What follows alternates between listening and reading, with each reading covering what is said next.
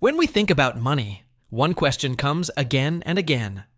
Where should we invest so that our wealth grows and does not vanish with time?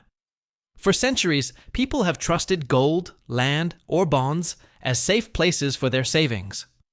But history tells a different story. Over and over, stocks have proved to be the real engines of wealth creation. Jeremy Siegel, a professor and lifelong student of financial markets, takes us on a journey that begins more than 200 years ago. He asks a simple but powerful question. If you had invested one single dollar in the year 1802, where would it be today? The answer shocks almost everyone. Stocks do not just grow faster than bonds or gold. They completely transform the future of money. That $1 invested in stocks would have turned into millions, while the same dollar in bonds or cash would have lost its value. This book is not about quick tricks or secrets to beat the market. It is about understanding the power of time, patience, and long-term thinking. Siegel proves, with data and with history, that stocks are not only profitable, but also safer than most people believe. Yes, they rise and fall in the short term, but across decades, they always win the race. And so, the journey begins. In the first chapter, Siegel uncovers the evidence by comparing stocks and bonds from the year 1802 onward. This is not theory. This is the verdict of history. Part 1. The verdict of history. Every investor wants certainty. We all ask, which investment truly stands the test of time? Is it gold that shines through centuries? Is it bonds that promise fixed payments? Or is it stocks, which rise and fall like waves on the ocean? Jeremy Siegel begins his journey by going back in time. He does not look at just years or decades. He looks at more than 200 years of financial history. By studying the past, he gives us a clear answer about the future. The verdict of history is not based on guesswork. It is based on numbers, data, and results that cannot be denied. This section of the book proves that stocks are the ultimate long-term investment. It shows how they perform against bonds, gold, and other assets when measured across generations. It also explains why stocks, though volatile in the short run, are far less risky in the long run than most people believe. And so, we begin with the first chapter.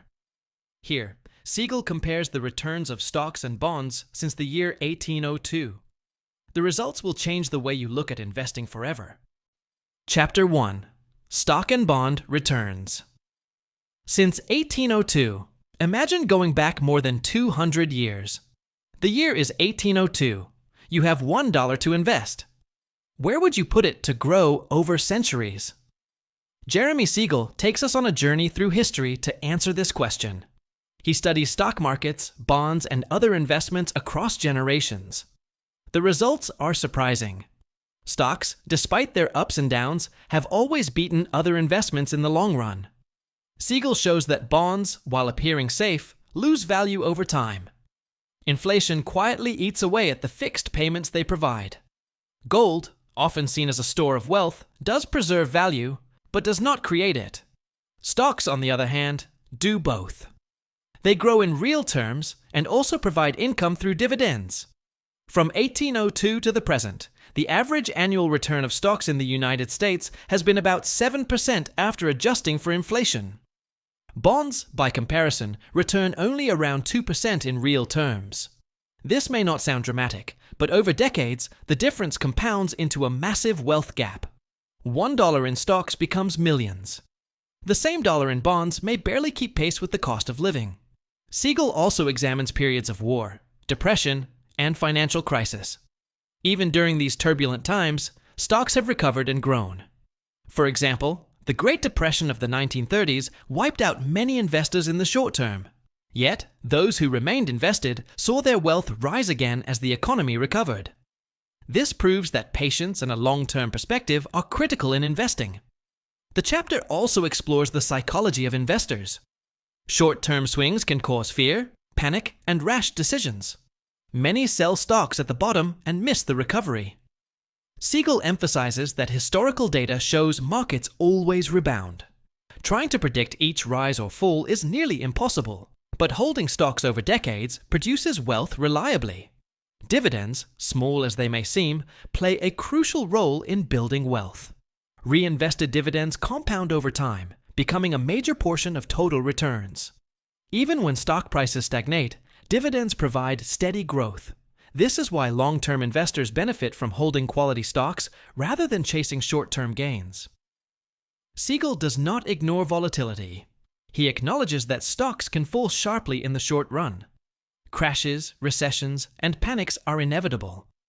But over 20, 30, or 40 years, these drops are smoothed out. The upward trend of earnings and dividends dominates the long-term outcome. Finally, the chapter compares stock performance to bonds and cash in various historical periods. During inflationary periods, stocks outperform because they represent ownership in real assets. During deflation, bonds may temporarily appear safer. However, history shows that long-term investors in stocks always end up ahead. This chapter establishes the foundation for the rest of the book. It proves that despite fear, volatility, and uncertainty, stocks are the ultimate tool for wealth creation. It also introduces the idea that long-term risk is lower in stocks than in bonds, contrary to common belief. As we move to the next chapter, we will explore exactly why this is true. We will learn about risk, return, and portfolio allocation, and understand why stocks, over decades, are actually less risky than bonds. Chapter 2. Risk, Return, and Portfolio Allocation. Why stocks are less risky than bonds? When most people think about investing, they believe one simple idea. Stocks are risky. Bonds are safe. Cash is safest of all. Jeremy Siegel challenges this common belief. He explains that risk is not just about short-term swings in price. Risk is about losing purchasing power over time. When measured this way, stocks are surprisingly safe, especially over long periods. In the short run, stocks move up and down dramatically. Bonds, in contrast, seem stable. If a person looks at daily or yearly fluctuations, it is easy to believe stocks are dangerous. But Siegel shows that as the holding period grows, the volatility of stocks declines sharply. Over 10, 20, or 30 years, stocks rarely lose money. Bonds, on the other hand, may appear stable in price, but inflation slowly erodes their value. He also introduces the concept of the risk-return trade-off. Higher returns come with higher short-term risk. Stocks offer higher expected returns precisely because investors tolerate temporary uncertainty. Bonds pay lower returns because they promise safety in nominal terms but cannot protect against rising prices. Siegel explains portfolio allocation. A well-diversified portfolio spreads investments across many stocks. This reduces company-specific risk. The more stocks you hold, the closer your returns follow the overall market. Diversification is the key to controlling risk without sacrificing returns. He also compares portfolios with different mixes of stocks and bonds. Interestingly, portfolios with a higher proportion of stocks often have lower long-term risk than those weighted toward bonds. One critical lesson from history is patience. Those who panic during market declines and switch to bonds or cash often lose significant long-term gains. Conversely, investors who remain in stocks for decades ride out crashes and enjoy compounding returns. Even the worst market downturns in history, like the Great Depression or the 1970s stagflation, eventually gave way to strong recoveries. Siegel also emphasizes the power of dividends in reducing risk. Regular dividend payments provide a cushion during falling prices. Reinvested dividends compound over decades, making stocks less volatile in terms of real wealth accumulation. This is why ignoring dividends or short-term price moves can mislead investors about true risk. He warns against overreacting to short-term events or trying to time the market. Even professional fund managers often fail to beat long-term returns due to emotional decisions. Instead, a disciplined approach that allocates heavily to stocks over decades creates wealth reliably. Finally, the chapter addresses how to balance risk and return according to age, goals, and horizon. Younger investors can tolerate more stock exposure because they have decades to recover from declines. Older investors may gradually shift toward bonds for income, but history shows that even retirees benefit from a strong stock allocation. This approach ensures purchasing power is preserved and long-term growth continues. By the end of this chapter, one clear message emerges. Stocks are not risky when viewed over decades. Bonds, which appear safe in the short term, actually carry hidden risk through inflation.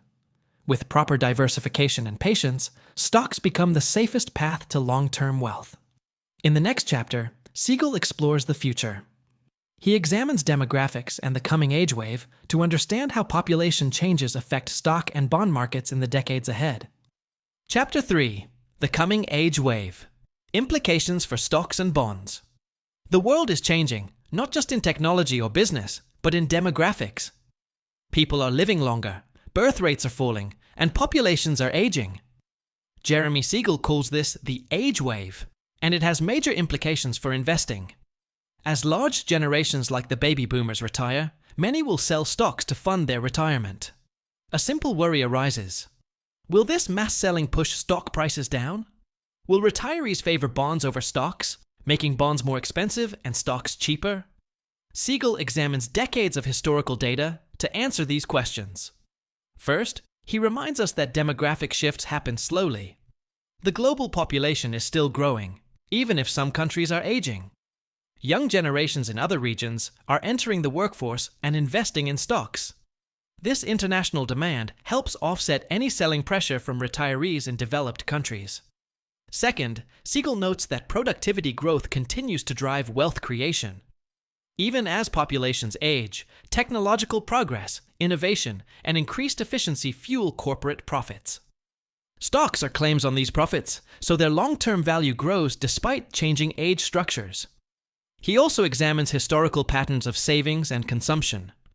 Older people do spend more and save less, but the effects are gradual. In the past, countries with aging populations did not see stock markets collapse. Instead, markets adjust, and prices reflect future earnings and growth. This teaches investors that short-term fears about demographics are often overblown. Siegel highlights a key point. The world is interconnected. Global investment flows can balance local demographic challenges. For example, young, growing economies may attract foreign capital, supporting stock markets even in aging nations. Similarly, retirees who sell some assets may reinvest in dividend-paying stocks rather than switching entirely to bonds, maintaining market stability. Another factor is government policy. Social security systems, pensions, and tax laws influence retirement behavior. These policies often encourage continued investment in stocks to generate income for longer retirements. So, contrary to common fear, an aging population does not automatically mean falling stock prices. Finally, the chapter emphasizes perspective. Investors must look decades ahead rather than focus on temporary demographic shifts. Stocks respond to real earnings growth, dividends, and innovation, not just age trends.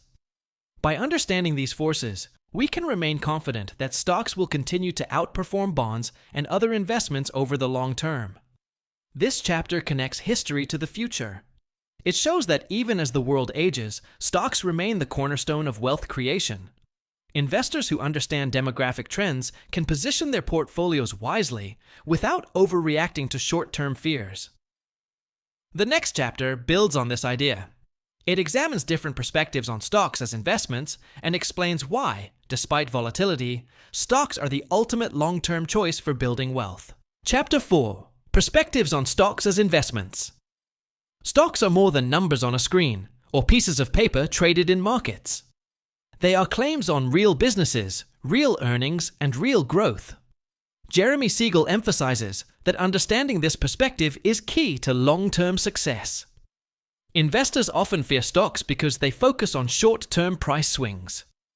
Daily news, economic reports, or political events can cause panic. Yet history shows that these short-term fluctuations rarely affect the long-term performance of stocks. Over decades, stocks consistently reward patient investors with growth and income. Siegel explains that stocks are fundamentally different from bonds or cash. Bonds promise fixed payments. Cash simply holds its nominal value. Stocks, however, represent ownership in companies that grow, innovate, and create value. This ownership allows investors to benefit from productivity gains, rising profits, and dividends. He also discusses the psychology of investing. Human beings are naturally impatient. We want quick results, instant feedback, and certainty. But stocks reward patience. The longer an investor holds, the more likely they are to experience compounded growth. This is why short-term market timing often leads to losses, while long-term investing produces wealth. Another important perspective is global.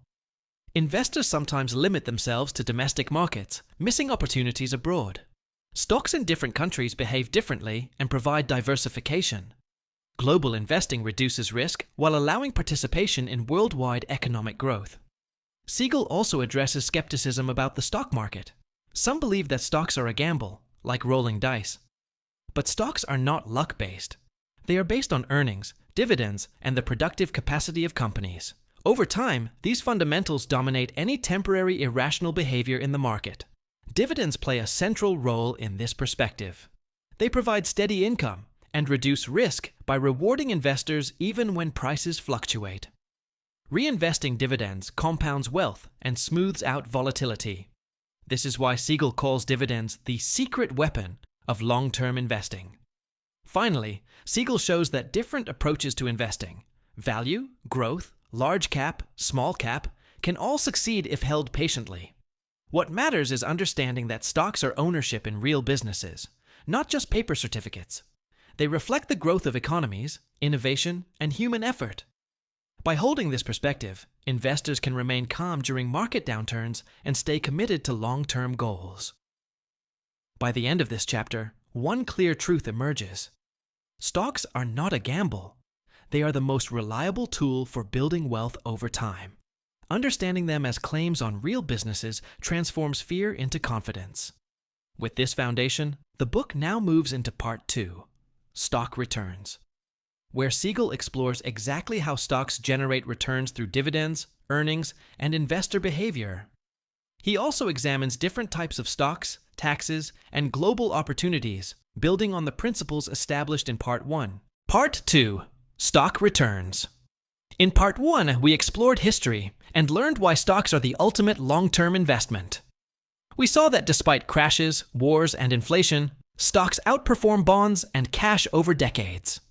Now, in Part 2, the focus shifts from history to the mechanics of returns. Stocks create wealth in two ways. One is capital gains, the rise in stock prices over time. The other is dividends, the steady income companies pay to their owners. Both are shaped by earnings, investor behavior, and broader economic forces. This section also examines different types of stocks. Large companies, small companies, growth stocks, value stocks, they all behave differently. Understanding these differences helps investors make informed choices while staying diversified. We will also explore how taxes, global markets, and investor sentiment influence returns. By the end of this part, you will see exactly why stocks grow wealth, how to capture these returns, and why staying invested is far more important than trying to time the market. The journey begins with Chapter 5, where Siegel unpacks the sources of stock returns and the role of dividends, earnings, and sentiment in building long-term wealth. Chapter 5, Stock Averages, Dividends, Earnings, and Investor Sentiment. Stocks do not grow in a straight line. They rise and fall, sometimes dramatically, but over time, they produce remarkable wealth. Jeremy Siegel begins this chapter by explaining the main drivers of stock returns. The first driver is dividends. Dividends are regular payments from companies to shareholders. They may seem small, but when reinvested, they compound over decades. Dividends provide a steady source of income, even during periods when stock prices are stagnant or falling. Over long horizons, reinvested dividends make up a large portion of total returns. The second driver is earnings growth. Stock prices reflect the profits companies generate. If a company grows its earnings steadily, its stock price tends to rise as well. Earnings growth is fueled by innovation, efficiency, and expanding markets. Even during recessions or crises, the long-term trend of earnings growth drives stock prices upward. Siegel also explains stock averages, like the Dow Jones and the S&P 500. These averages provide a snapshot of the overall market. While individual stocks can be volatile, broad averages tend to grow steadily over decades. This is why investors who diversify across many stocks reduce risk and capture long-term growth. Investor psychology plays a subtle but powerful role. Sentiment, optimism or fear, can push stock prices above or below their fundamental value. In bubbles, prices soar far beyond what earnings justify. In panics, prices can fall below true worth. Yet over time, these swings are corrected as rational valuation returns. This teaches patience. Short-term fear and greed are noise. Long-term fundamentals matter most. Siegel emphasizes that focusing on dividends and earnings provides clarity. Markets may be unpredictable day to day, but the steady drivers of returns remain consistent. By understanding the sources of returns, investors can resist the temptation to chase trends or panic during downturns. Historical data shows the power of this approach. Stocks that consistently reinvest dividends and grow earnings outperform almost every alternative investment. Even when market averages appear low or volatile, disciplined long-term investing compounds wealth. This chapter also introduces the concept of total return, which combines capital gains and dividends. Total return is what matters for wealth accumulation, not just price movements. Ignoring dividends can drastically underestimate the power of stocks. Finally, Siegel highlights the importance of patience.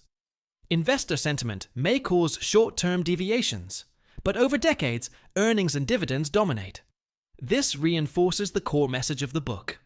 Long-term investing in stocks produces reliable wealth. The next chapter builds on this foundation. It examines how different types of stocks, large, small, value, and growth, perform over time, and how diversification across these categories can enhance returns while managing risk. Chapter 6. Large stocks, small stocks, value stocks, growth stocks. Not all stocks are created equal. Some are giants with steady earnings. Some are small, nimble companies with potential for rapid growth. Jeremy Siegel explains how different types of stocks behave and how investors can benefit from understanding these differences. Large stocks are companies with substantial market value. They are often household names, stable, and less volatile. These companies provide consistent dividends and reliable growth. However, their returns are generally slower compared to smaller companies because they have already captured large portions of their markets. Small stocks, on the other hand, are companies with lower market value. They are riskier because they can fail more easily. But historically, small stocks offer higher returns over the long term. They have greater potential for growth, especially if they innovate or expand rapidly. Investors willing to tolerate short-term volatility are often rewarded with higher wealth accumulation from small-cap stocks. Siegel then discusses value stocks. Value stocks trade at low prices relative to their earnings, assets, or dividends. They are often overlooked by the market. Because they are temporarily undervalued, they have historically outperformed growth stocks over decades. The key advantage is that they provide both income and the potential for price recovery. Growth stocks are the opposite. They represent companies expected to grow earnings rapidly. Investors pay a premium for this future growth. While some growth stocks succeed spectacularly, others fail, and overvalued growth stocks can lead to disappointing returns. Siegel emphasizes that buying growth stocks at extreme valuations is risky. This chapter also highlights the power of diversification. Holding a mix of large and small stocks, value and growth, reduces risk and captures returns across different market conditions. Diversification ensures that when one category underperforms, another may outperform, smoothing overall portfolio growth. Historical evidence shows that small and value stocks have provided a premium over large and growth stocks. This premium is not guaranteed each year, but over decades, it has contributed significantly to total returns. By understanding the differences and mixing stock types wisely, investors can maximize wealth while controlling risk. Siegel also reminds readers that patience is crucial. Short-term fluctuations can mislead investors into favoring one type of stock over another. But over long periods, each category's strengths contribute to portfolio growth. Investors who chase short-term performance often miss the benefits of compounding. Finally, the chapter connects to real-world investing. Choosing the right balance between large, small, value, and growth stocks depends on time horizon, risk tolerance, and financial goals. Siegel reinforces that long-term success comes from disciplined allocation and staying invested. The next chapter, The Nifty 50 Revisited, examines a famous historical episode in stock investing. It shows what happens when investors chase popular stocks without considering valuation, and the lessons this provides for long-term wealth building. Chapter 7. The Nifty 50 Revisited. In the 1970s, a group of stocks captured the imagination of investors. They were called the Nifty 50. These were high-quality, large-cap companies believed to be buy and hold forever. Investors thought these stocks were so strong that their prices would never fall. Jeremy Siegel revisits this story to show both the promise and danger of popular investing fads. The Nifty 50 included companies like IBM, Coca-Cola, and Xerox. They were market leaders with strong earnings, brand recognition, and global reach. Investors eagerly bought these stocks at extremely high prices, expecting continuous growth. Valuations soared, sometimes trading at 50 times earnings or more, which is why they earned the nickname the 50. Siegel explains the consequences of paying too much for even the best companies. While these businesses were excellent, the stock prices reflected excessive optimism. When economic conditions changed, or growth slowed, many of these stocks suffered significant losses. Some took years to recover, and investors who bought at the peak were disappointed. The lesson is clear. Price matters as much as quality. The chapter also explores market psychology. When a group of stocks becomes extremely popular, fear of missing out drives prices higher. Rational analysis is often abandoned, and investors rely on reputation rather than valuation. This creates bubbles, which eventually burst when reality catches up with expectations. Siegel uses the Nifty 50 as a cautionary tale. Even great companies can become poor investments if purchased at inflated prices. Conversely, undervalued or overlooked companies may provide much better returns over the long term. The key is understanding the relationship between price, earnings, and growth potential. Historical data shows that long-term returns depend not just on company performance, but also on the price paid at purchase.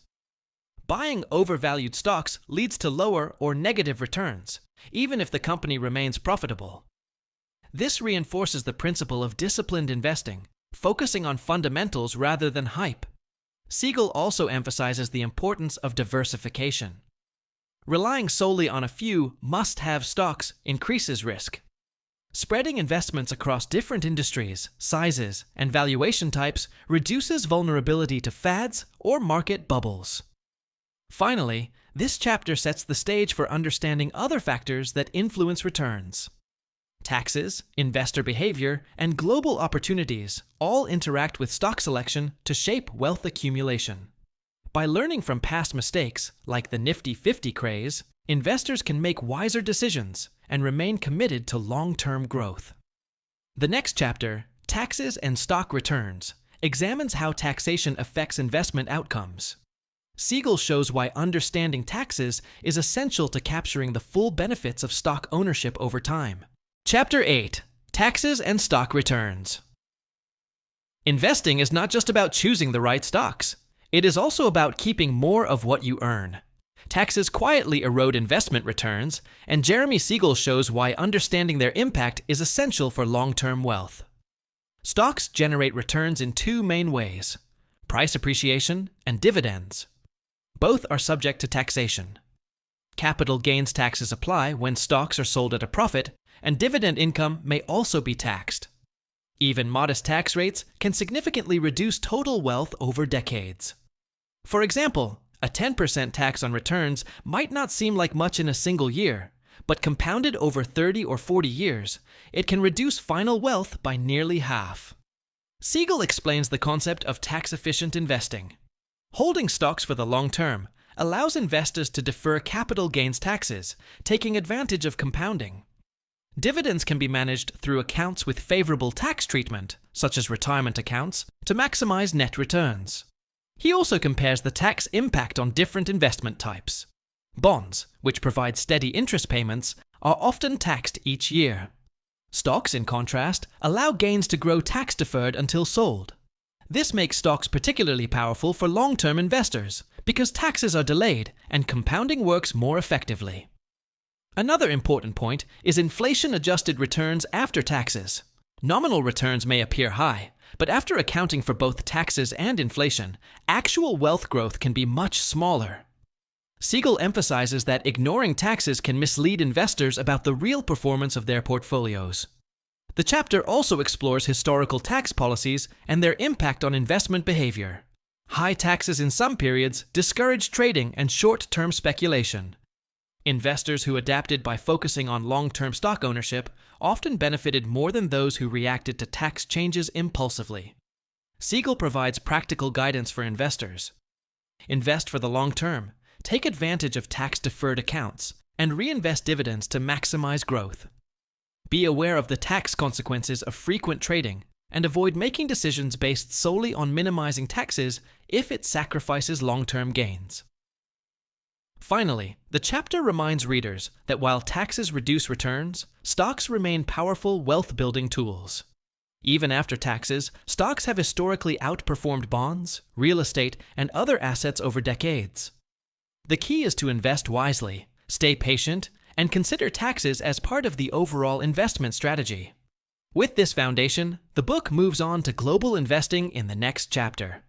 Siegel expands the perspective beyond the United States, showing how international diversification can enhance returns and reduce risk. Chapter 9. Global Investing.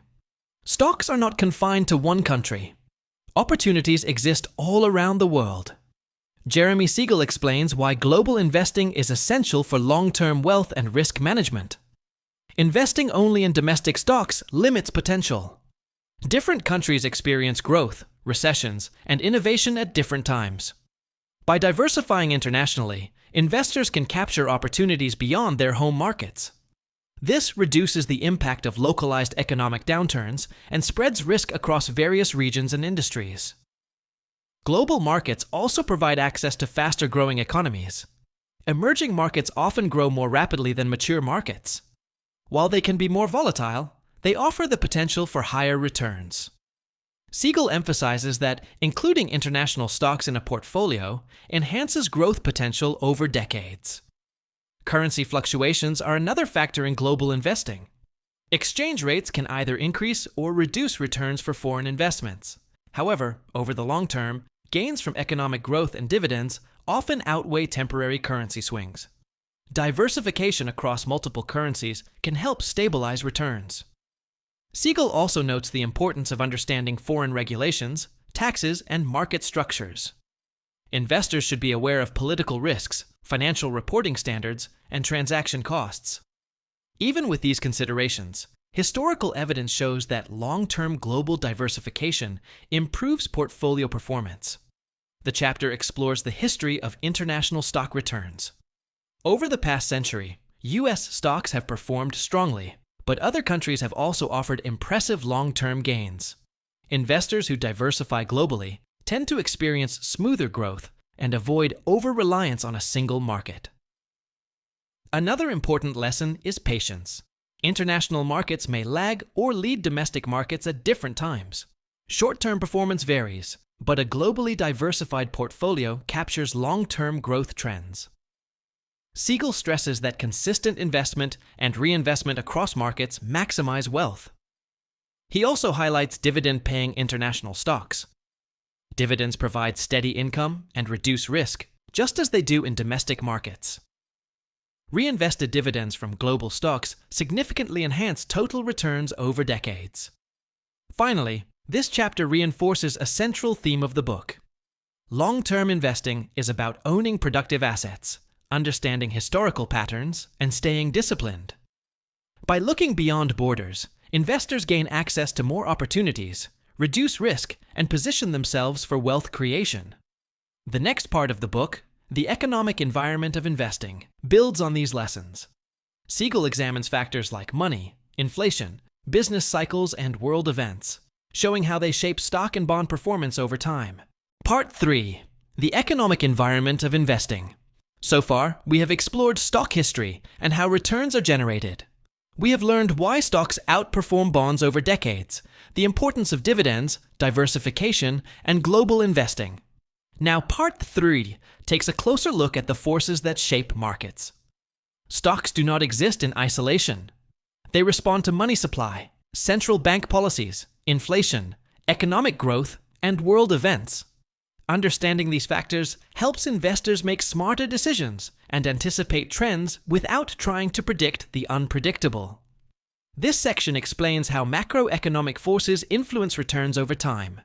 It also shows how stocks and bonds interact with the economy, the business cycle, and major global events. By understanding these relationships, investors can better structure portfolios and remain confident during periods of uncertainty. We begin with Chapter 10, where Siegel examines money, gold, and central banks, revealing how monetary policy and financial systems shape long-term stock and bond performance. Chapter 10. Money, Gold, and Central Banks. Money is the lifeblood of any economy, and Jeremy Siegel shows why understanding it is essential for investors. Stocks are claims on real businesses, but their value is influenced by the supply of money, the stability of currency, and central bank policies. Historically, gold was seen as the ultimate store of value. It was money itself, used to back currency and safeguard wealth. But gold does not produce earnings or dividends. Its value fluctuates with supply, demand, and sentiment. Investors who relied solely on gold often missed the long-term growth provided by stocks. Central banks, like the Federal Reserve in the United States, play a key role in managing the economy. They control interest rates, regulate the money supply, and intervene during crises. Siegel explains how central bank actions influence inflation, borrowing costs, and stock prices. When central banks increase the money supply, liquidity rises, often pushing stock prices higher. Conversely, tightening policies can slow economic growth and depress stock prices temporarily. The chapter also explores historical monetary systems. From the gold standard to fiat money, each system has had consequences for investors. Under the gold standard, inflation was limited, but economic growth was slower. With fiat money, governments can manage the economy more flexibly, but inflation risk exists. Investors must understand these systems to evaluate real returns. Siegel highlights periods of high inflation, such as the 1970s, and explains how stocks performed during these times. Unlike bonds, which lose purchasing power during inflation, stocks represent ownership in productive businesses. Companies can adjust prices, grow earnings, and pay dividends, protecting investors' real wealth. This reinforces the idea that stocks are a hedge against inflation over the long run. Interest rates are another critical factor. High interest rates increase the cost of borrowing for companies, which can slow growth and reduce stock returns. Low rates encourage investment and expansion, boosting earnings and stock prices. Understanding the interplay between rates, money supply, and the economy helps investors interpret market movements without panic. Finally, Siegel emphasizes perspective. Short-term changes in money supply or central bank policy can create volatility. But over decades, stocks continue to reflect earnings growth, dividends, and productivity gains. Patience and understanding of economic forces allow investors to remain calm and committed to long-term wealth building. This chapter lays the foundation for Chapter 11, where we explore inflation and stocks in detail. Siegel shows how rising prices impact bonds, stocks, and other assets, and why long-term stock investing remains a powerful strategy. Chapter 11. Inflation and Stocks.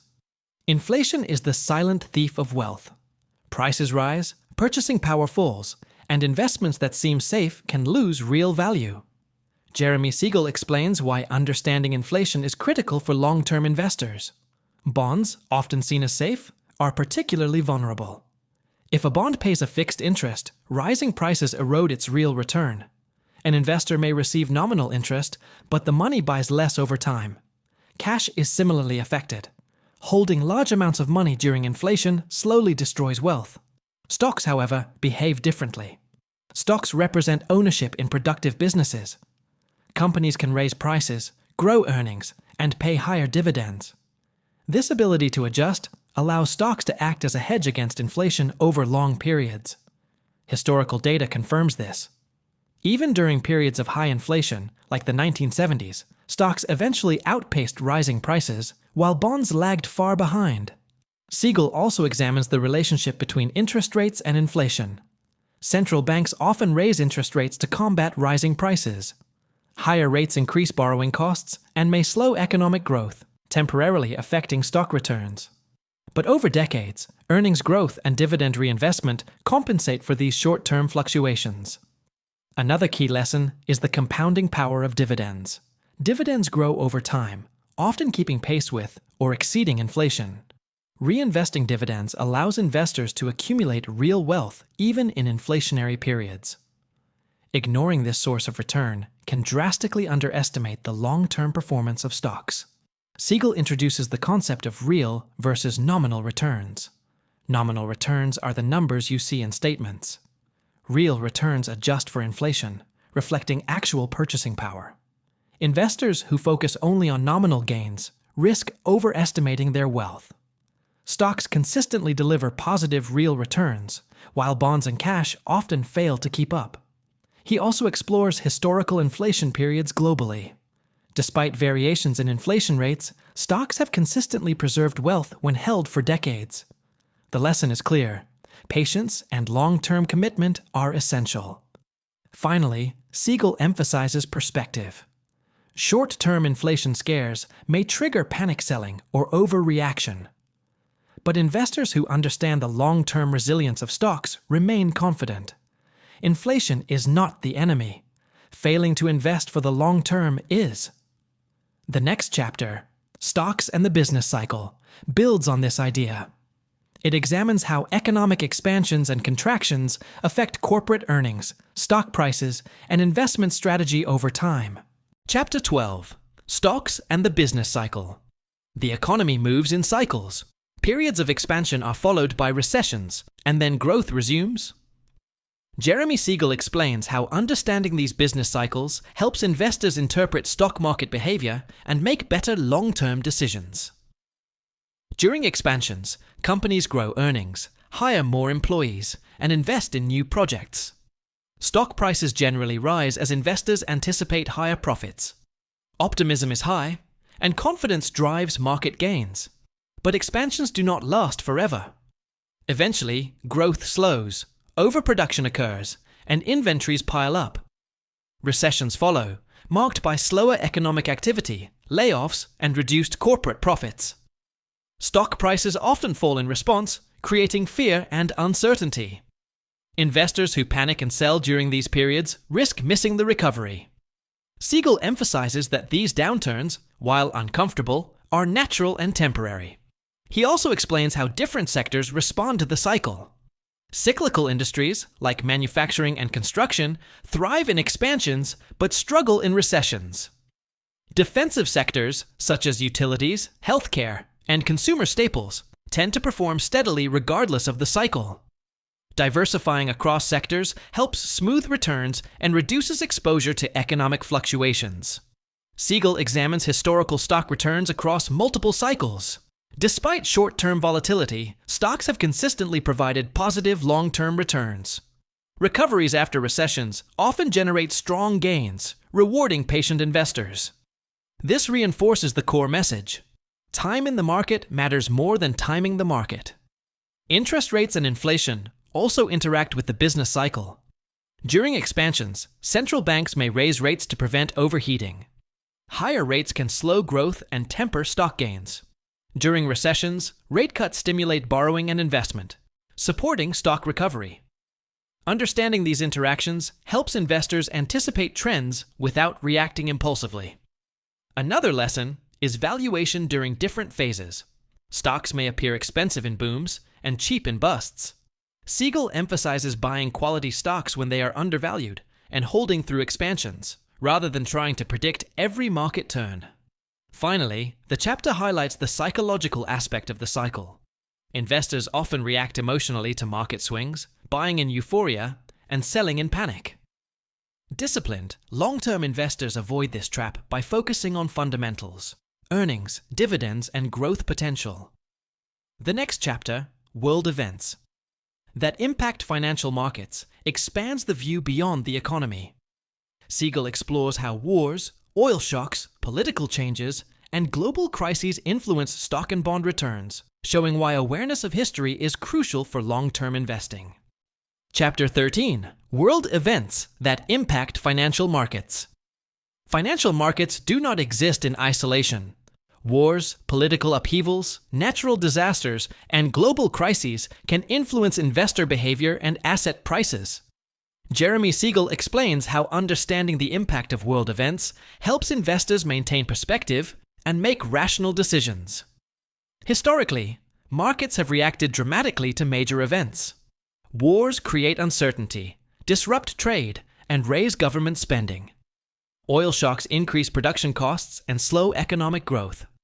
Political revolutions or crises can destabilize economies and unsettle investors. Yet, Siegel emphasizes a key lesson. Markets adapt and recover over time. While short-term volatility may be extreme, long-term investors are often rewarded. The fundamentals of business, earnings growth, dividends, and productivity, ultimately determine wealth creation, even after shocks. Siegel examines several historical examples. The two world wars, the oil crises of the 1970s, and the political turmoil in various regions temporarily affected stock and bond prices. However, those who remained invested in high-quality companies experienced recovery and growth in the following decades. This reinforces the principle that patience and discipline are critical. He also highlights the role of government and central bank responses. During crises, monetary and fiscal policy can stabilize economies and markets. Interventions such as interest rate adjustments, stimulus programs, or international coordination help restore confidence. Investors who understand these mechanisms are less likely to panic during turbulent times. Another important point is diversification across countries and industries. Global events rarely impact all markets equally. By spreading investments internationally and across sectors, investors reduce risk and capture growth even when one region or industry suffers. Siegel also discusses market overreaction. News-driven fear often pushes prices far below intrinsic value. Conversely, optimism can inflate valuations during calm periods. Long-term investors benefit by focusing on fundamentals rather than headlines, avoiding emotional decision-making. Finally, this chapter underscores perspective. World events will continue to occur unpredictably, but history shows that markets recover and wealth grows for those who remain committed. Short-term volatility is a challenge, but the long-term trend of economic and corporate growth dominates. The next chapter, Stocks, Bonds, and the Flow of Economic Data, builds on this understanding. Siegel explains how investors interpret data releases and market signals to make informed decisions without being misled by short-term noise. Chapter 14: Stocks, Bonds, and the Flow of Economic Data. Investors constantly watch economic data, GDP growth, employment figures, inflation rates, and corporate earnings. Jeremy Siegel explains how these numbers influence stock and bond prices and why understanding them is crucial for long-term investing. Economic data serves as a signal of underlying business conditions. Strong GDP growth or rising corporate profits often encourage investors to buy stocks, anticipating higher earnings. Weak economic reports can lead to bond purchases as investors seek safety. However, short-term reactions are often exaggerated, creating noise rather than meaningful trends. Siegel emphasizes that long-term investors should focus on fundamentals, not daily data fluctuations. While quarterly reports and monthly statistics capture temporary conditions, decades-long trends determine wealth accumulation. Stocks thrive when companies generate profits and dividends over the long term, regardless of short-term swings. He also discusses interest rates and bonds. Bond prices move inversely to interest rates, and economic data guides central banks in setting rates. A rise in rates may temporarily reduce bond and stock prices, but over time, earnings growth dominates the performance of stocks. Understanding these interactions helps investors interpret market movements without reacting emotionally. Another key point is market expectations versus actual data. Markets often price in anticipated results before data is released. If actual numbers match or slightly deviate from expectations, markets may move little. Large surprises, whether positive or negative, can cause short-term volatility. Siegel highlights that experienced investors recognize these patterns and avoid overreacting. Historical analysis shows that stocks consistently outperform bonds and cash over decades, even when economic data points to uncertainty. Long-term wealth comes from staying invested in productive companies and reinvesting dividends, not from attempting to predict every economic report. Siegel also underscores the importance of global economic data. International indicators, trade balances, emerging market growth, or geopolitical developments affect stock returns worldwide. Diversified investors who consider both domestic and global trends reduce risk and capture opportunities that single-country investors might miss. Finally, this chapter reinforces a central theme. Short-term information is useful, but it is the long-term trend of corporate profits and dividends that builds wealth. Patience and discipline allow investors to navigate economic reports without panic or impulsive decisions. The next part of the book, Part 4, Stock Fluctuations in the Short Run, shifts focus from the economic environment to the mechanics of market volatility. Siegel explores futures, options, crashes, and anomalies, helping investors understand the short-term behavior of stocks without losing sight of long-term goals. Part 4, Stock Fluctuations in the Short Run. Stocks are powerful wealth-building tools, but they are also unpredictable in the short term. Prices rise and fall daily, often driven by speculation, news, or investor sentiment rather than fundamentals. Part 4 explores the mechanics of these fluctuations. Jeremy Siegel examines how futures, options, and other market instruments influence short-term movements. He also analyzes historical crashes, volatility patterns, technical trends, and calendar anomalies that affect daily trading. Understanding short-term fluctuations helps investors make sense of market noise without losing focus on long-term goals. It teaches patience, discipline, and strategies to avoid panic during sudden market swings.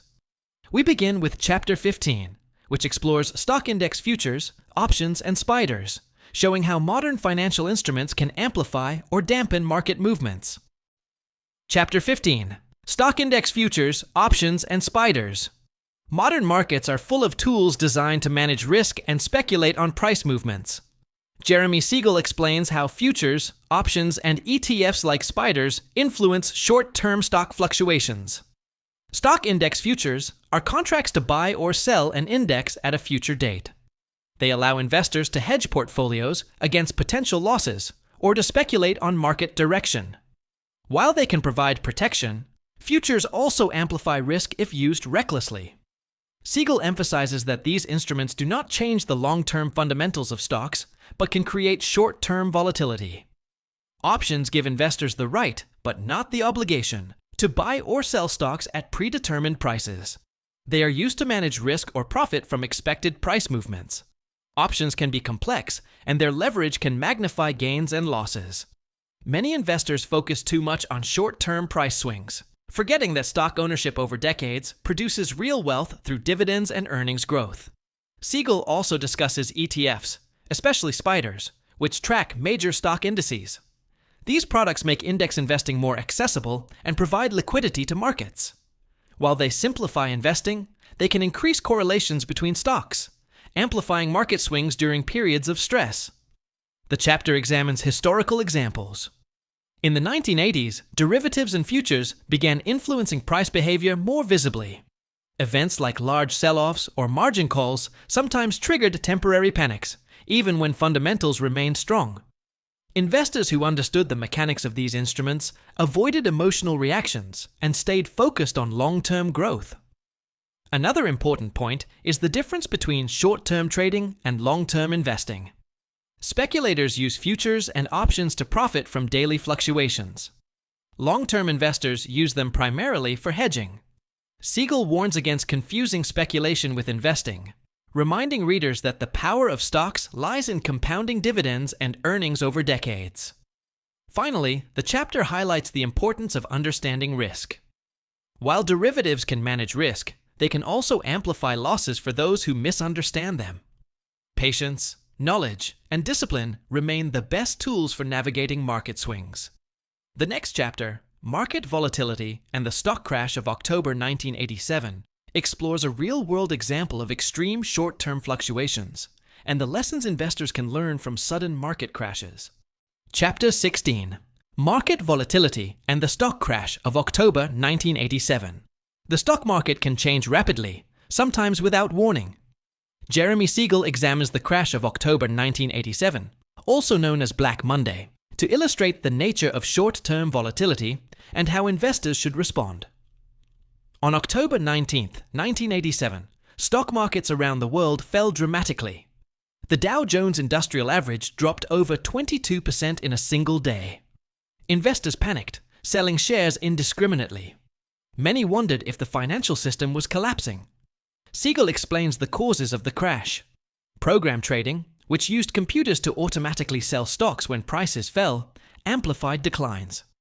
Portfolio insurance strategies, designed to limit losses, unintentionally accelerated selling. Market psychology also played a role. Fear spread rapidly, and confidence evaporated. Despite the sudden drop, the fundamentals of companies had not changed. Corporate earnings, dividends, and long-term growth potential remained intact. This distinction is crucial. Short-term price swings often reflect panic and speculation, not real economic changes. Historical data shows that markets recovered relatively quickly. By the following year, stocks regained most of their lost value. Long-term investors who stayed invested avoided permanent losses and benefited from the rebound. Siegel emphasizes that trying to time the market during such extreme events is risky and often counterproductive. The chapter also explores the concept of volatility. Volatility measures the magnitude of price swings, both up and down. Higher volatility increases uncertainty, but does not necessarily reduce long-term returns. In fact, periods of high volatility often precede significant gains for patient investors. Another lesson is risk management. Diversification, holding a balanced portfolio, and maintaining a long-term perspective reduce the impact of sudden crashes. Investors who rely on fundamentals rather than short-term market trends are better prepared to weather storms. Siegel also examines investor behavior during the crash. Emotional reactions, panic selling or over-leveraging, worsened losses for many. Understanding market psychology helps investors avoid similar mistakes in the future. Finally, the chapter reinforces the overarching theme. Short-term fluctuations can be dramatic, but long-term wealth is built through consistent ownership of productive assets. The next chapter, Technical Analysis and Investing with the Trend, explores methods some investors use to analyze market movements and how trends can guide short-term decisions without undermining long-term strategies. Chapter 17, Technical Analysis and Investing with the Trend. Investors often seek ways to predict short-term market movements. Jeremy Siegel examines technical analysis and trend-following strategies, explaining their role in investing and their limitations. Technical analysis studies past price patterns, trading volumes, and market trends to forecast future movements. Charts, moving averages, and other indicators are used to identify potential buy or sell signals. While widely practiced, Siegel emphasizes that these tools do not change the underlying fundamentals of companies. Earnings, dividends, and productivity remain the drivers of long-term returns. Trend following is a common technical strategy. Investors buy stocks when prices are rising and sell when prices fall. This approach can capture momentum in the market, but it is reactive rather than predictive. Markets often reverse unexpectedly, and trends can change abruptly, creating risk for those who rely solely on technical signals. Siegel highlights historical examples where trend following worked and where it failed. During prolonged bull markets, following trends can produce profits, but sudden reversals, like the crash of 1987, expose investors to significant losses. Technical analysis is most useful as a tool for timing or risk management, not as a substitute for owning high-quality stocks over decades. Another important lesson is psychology and market behavior. Trend following relies on the collective behavior of investors. When fear dominates, trends can accelerate downward, When greed dominates, trends can push prices higher. Understanding this dynamic helps investors interpret signals without overreacting. Siegel also examines the limitations of short-term forecasting. Markets are influenced by countless factors: economic data, global events, investor sentiment, that technical analysis alone cannot fully capture. Relying exclusively on charts may lead to overtrading, high transaction costs, and emotional decision-making. The chapter underscores the principle of long-term investing. While trends and technical tools can help manage risk or guide short-term decisions, wealth is built by holding productive assets, reinvesting dividends, and benefiting from long-term earnings growth.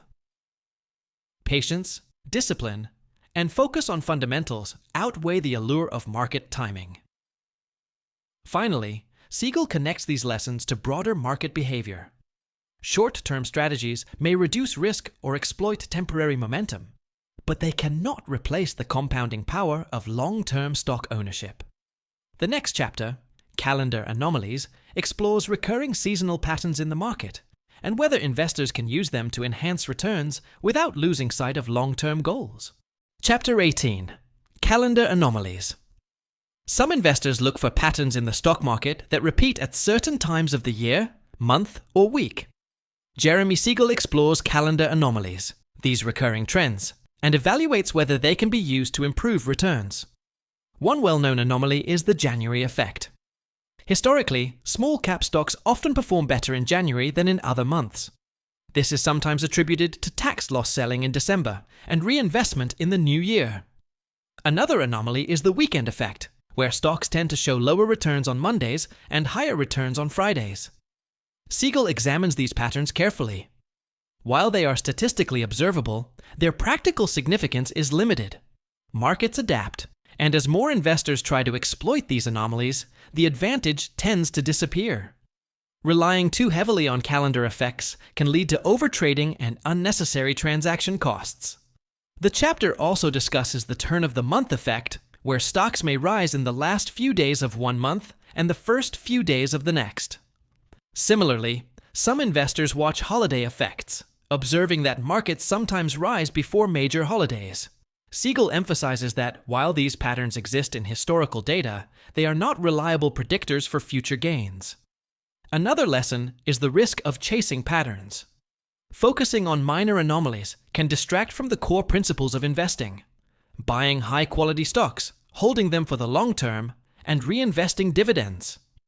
Short-term strategies based on calendar patterns often lead to emotional decisions, which increase risk rather than reduce it. Siegel also explains why calendar anomalies occur. They may be driven by investor psychology, institutional behavior, or tax and accounting practices.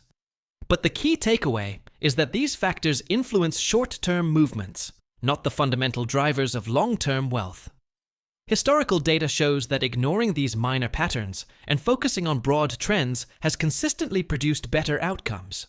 Patience, diversification, and commitment to long-term growth outweigh attempts to exploit small statistical quirks. Finally, the chapter connects to the next part of the book. While short-term fluctuations and anomalies exist, investors still need strategies for building wealth over decades. Part 5, Building Wealth Through Stocks, moves from understanding market mechanics to practical portfolio management. Siegel shows how funds, managers, and portfolio structure can help investors achieve long-term growth and maximize returns. Part 5, Building Wealth Through Stocks. Understanding stock history, returns, the economic environment, and short-term fluctuations is important. But the ultimate goal is building wealth over the long term. Part 5 focuses on practical strategies to achieve this. Jeremy Siegel explains how investors can structure portfolios, choose funds, and evaluate managers to maximize growth while managing risk. He emphasizes disciplined investing, long-term focus, and using knowledge of markets to make informed decisions. The next chapter, Funds, Managers, and Beating the Market, explores the role of professional management and whether trying to outperform the market is a wise strategy for most investors. Chapter 19, Funds, Managers, and Beating the Market. Investors often wonder whether they can outperform the market by picking the right stocks or hiring skilled managers. Jeremy Siegel examines the role of mutual funds, professional managers, and the realistic prospects of beating the market over the long term. Mutual funds pool money from many investors and invest in a diversified portfolio of stocks or bonds. They offer convenience, professional management, and risk spreading. However, Siegel notes that most actively managed funds struggle to outperform broad market indexes after fees and expenses are considered. Over decades, few managers consistently beat the market. The chapter highlights historical evidence. Data shows that while some managers achieve short-term success, very few maintain it over 20 or 30 years. High fees, trading costs, and the difficulty of predicting economic cycles make consistent outperformance extremely rare. Siegel explains why index funds are often a superior choice for most investors. Index funds track the performance of broad market indexes like the S&P 500. They have low fees, minimal trading costs, and historically match or exceed the returns of most active managers. For long-term investors, this approach is efficient and effective. Another key lesson is the danger of chasing past performance. Investors often select funds based on recent gains. Siegel warns that past success rarely guarantees future results. Markets change, economic conditions shift, and what worked yesterday may fail tomorrow. Siegel also explores behavioral factors. Investors who try to beat the market often make mistakes, overtrading, reacting to news, or succumbing to fear and greed. Index investing reduces these risks, allowing investors to focus on consistent contributions and long-term growth. The chapter emphasizes diversification and discipline. Owning a mix of stocks, bonds, and other assets spreads risk and smooths returns over time. Reinvesting dividends, maintaining regular contributions, and avoiding emotional decisions are more important than attempting to time the market or pick winners. Finally, Siegel bridges to the next chapter. While choosing funds and managers matters, building a successful portfolio requires a clear structure for long-term growth. Chapter 20. Structuring a portfolio for long-term growth provides practical guidance on asset allocation, diversification, and strategies to maximize wealth over decades. Chapter 20. Structuring a portfolio for long-term growth. Building wealth through stocks is not just about picking individual companies or following short-term trends. Jeremy Siegel explains how a well-structured portfolio can maximize long-term returns while managing risk. The first principle is diversification. Investors should spread money across different industries, countries, and asset classes. Diversification reduces the impact of any single stock, sector, or market downturn. It does not eliminate risk entirely, but it smooths returns and protects against catastrophic losses. Siegel emphasizes the importance of asset allocation. Stocks provide long-term growth through earnings and dividends, while bonds offer stability and income. A balanced mix depends on the investor's goals, time horizon, and risk tolerance.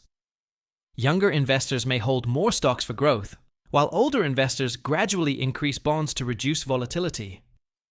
Another key element is reinvesting dividends. Dividends are a powerful source of compounding. Reinvesting them over decades can turn modest contributions into substantial wealth. Ignoring dividends greatly reduces potential long-term returns. Siegel also stresses consistency and discipline.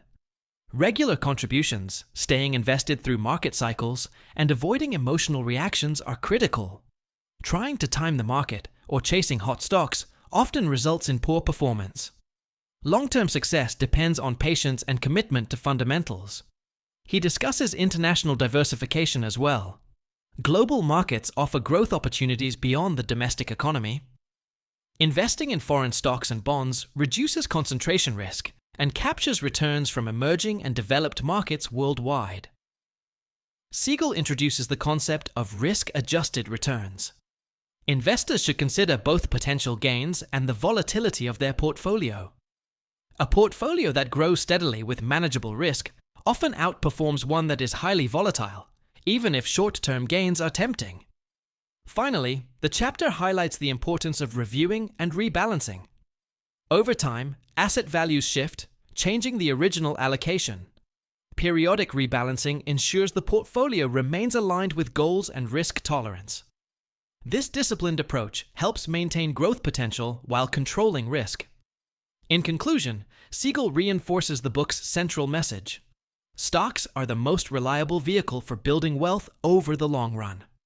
By understanding history, economic forces, short-term fluctuations, and portfolio structure, investors can achieve growth, protect purchasing power, and secure financial success. With discipline, patience, and knowledge, wealth accumulation is not just possible, it is achievable. Thank you for listening to this summary of Stocks for the Long Run by Jeremy Siegel. If you found this guide helpful and want more insights into investing, finance, and wealth-building strategies, make sure to subscribe to the channel.